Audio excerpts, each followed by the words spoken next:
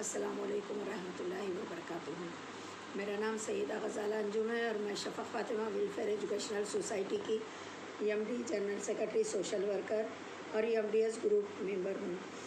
तकरीबन दिनों से हालात ख़राब चलते आ रहे हैं शहर हैदराबाद के, इसलिए हम लोग कुछ खिदमत खल्क़ का काम जो अल्लाह ताला ने हमें सुपुर्द किया है वो करने की पूरी तरह ईमानदारी के साथ कोशिश कर रहे हैं। और सबसे पहले ये बताती चलूँ कि मेरे पास ज़ात धर्म का कोई भेदभाव नहीं है। हर कास्ट के लोग मेरे अपने भाई बहन हैं। ये समझते हुए मैं खिदमत खल्क़ का काम करती हूँ और अल्हम्दुलिल्लाह हमारे पास कुछ कपड़े और कुछ बर्तन गैस का चूल्हा वगैरह तकरीबन चीज़ें आए जिसको हम डिस्ट्रीब्यूट करने के लिए तकरीबन लोगों में जा रहे हैं, कर रहे हैं। अल्हम्दुलिल्लाह कुछ लोग आके मेरे centre Shafaq Fatima welfare educational society से भी ले जा रहे हैं जो फलकनुमा गाज़ी मिल्लत कॉलोनी में कायम है। और मैं आवाम से ये कहना चाहती हूँ कि जो भी साहिब इस्तेताअत हैं वो लोग अपनी अपनी तरफ से जितना भी खिदमत खल्क़ का काम कर सकते हैं करें। देखिए, मुझसे कई गरीब लोग वाबस्ता हैं जो तकरीबन फैमिलीज़ में राशन की तकलीफ़ चल रही है और कपड़ों की तकलीफ़ चल रही है। कपड़ों से ज़्यादा बिस्तर वगैरह बर्तन वगैरह की तकलीफ़ भी चल रही है। लोग हत्ता के इस तरह से मुतासिर हैं बारिश की वजह से। लॉकडाउन के टाइम पे हम लोगों को कपड़ा खाने वगैरह के राशन वगैरह की ज़रूरत रहती थी, वो मुहैया करते थे हम लोग। आज की तारीख़ में लोग कहते हैं मैडम राशन से पहले हमको भले पुराने कपड़े रहें वो तो भी हमको मुहैया कीजिए, वो तो भी हमको दीजिए किसी तरह। तो कई लोग मुझसे वाबस्ता हुए और कई लोगों ने मेरे सेंटर तक कपड़े पहुंचाया और बरनूस वगैरह छोटे बच्चों के कपड़े जो तकरीबन चीज़ें मैं यहाँ से देती गई, जिसमें मोहम्मद नगर के लोग आए, अलजुबेल कॉलोनी के कुछ थे और कुछ वादी मुस्तफ़ा के थे और कुछ उस्मान नगर के थे, कुछ एराकुंटा तरफ के भी 1-2-4 फैमिली के लोग आए थे, शाहीन नगर के लोग आए थे थोड़े, और तकरीबन एरियाज़ के जैसे गाज़ी मिल्लत कॉलोनी में मैं हूँ तो गाज़ी मिल्लत कॉलोनी के भी आए थे।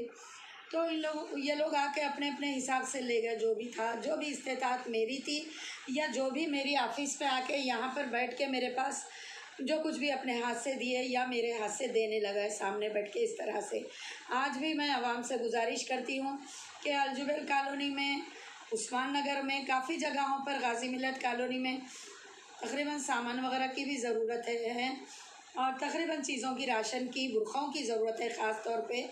और कुछ लोगों के पास गैस सिलेंडर लेने की सहूलतें नहीं हैं, उतना इस्तेताअत में नहीं है, तो वो लोग गैस सिलेंडर के लिए भी रिक्वेस्ट कर रहे हैं बार बार मुझसे कि मेरे कुछ कर सकते हैं तो करिए। तो मैं तो कर नहीं सकती, इसलिए आज ये वीडियो बना के मैं ग्रुप में डाल रही हूँ।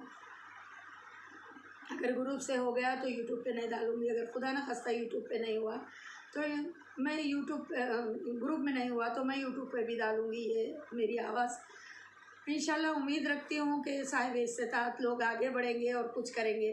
और साथ ही साथ ये कहना चाह रही हूँ मैं कि मेरे वेलफेयर एजुकेशनल सोसाइटी में काफ़ी लेडीज़ वोकेशनल कोर्सेज चलते हैं और हमारे पास लेडीज़ पढ़े हुए लड़कियों और ख़वातीन को नर्सिंग भी पढ़ाया जाता है।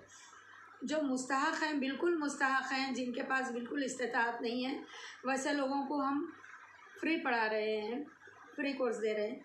लेकिन जो इस्तेताअत रखते हैं वो लोगों के लिए भी हम माइनॉरिटीज़ के हिसाब से मामूली सी फ़ीस रखने का फ़ैसला किए हैं। तो जिसको भी यहाँ पर एडमिशन लेना है आके एडमिशन ले सकते हैं और इस सेंटर से इस्तिफ़ादा हासिल कर सकते हैं। और मैं तमाम आवाम से गुजारिश करती हूँ कि अब इलेक्शन भी बहुत जल्द ख़त्म होने वाला क़ायम होने वाला है, बहुत जल्द इलेक्शन की डेट भी आ जाएंगी इंशाल्लाह। तो मैं ये कहना चाहती हूँ कि आप ये सोचकर, मैं ये नहीं कहूँगी कि आप इस पार्टी को वोट करो या उस पार्टी को वोट करो, मैं आपसे ये कहूँगी कि आप जिस पार्टी को भी वोट दें ये सोचकर फ़ैसला करें कि आपके बच्चों का फ्यूचर किस पे है। आगे चल के आपके बच्चों के लिए, आपकी फैमिली के लिए, आपकी औरतों के लिए और मेरे भाइयों बहनों और बुज़ुर्गों, मैं तमाम से यही रिक्वेस्ट करती हूँ कि हमारे लिए जो सही काम कर सकते हैं वैसों को दें और हिंदू मुस्लिम का भेदभाव हटाते हुए हिंदू मुस्लिम का भेदभाव हटाते हुए, ये भेदभाव दिल में ना रखते हुए, ये मत देखिए कौन हिंदू है कौन मुस्लिम है, ये देखिए कौन काम अच्छा कर रहा है, किससे आवाम को फ़ायदा है, किससे बच्चों का फ्यूचर अच्छा होने वाला है, किससे क्या भलाई होने वाली है, बस ये समझ कर दीजिए। हिंदू भी हमारे बच्चे हैं, हमारे भाई हैं, मुस्लिम भी हमारे बच्चे हैं, हमारे भाई हैं।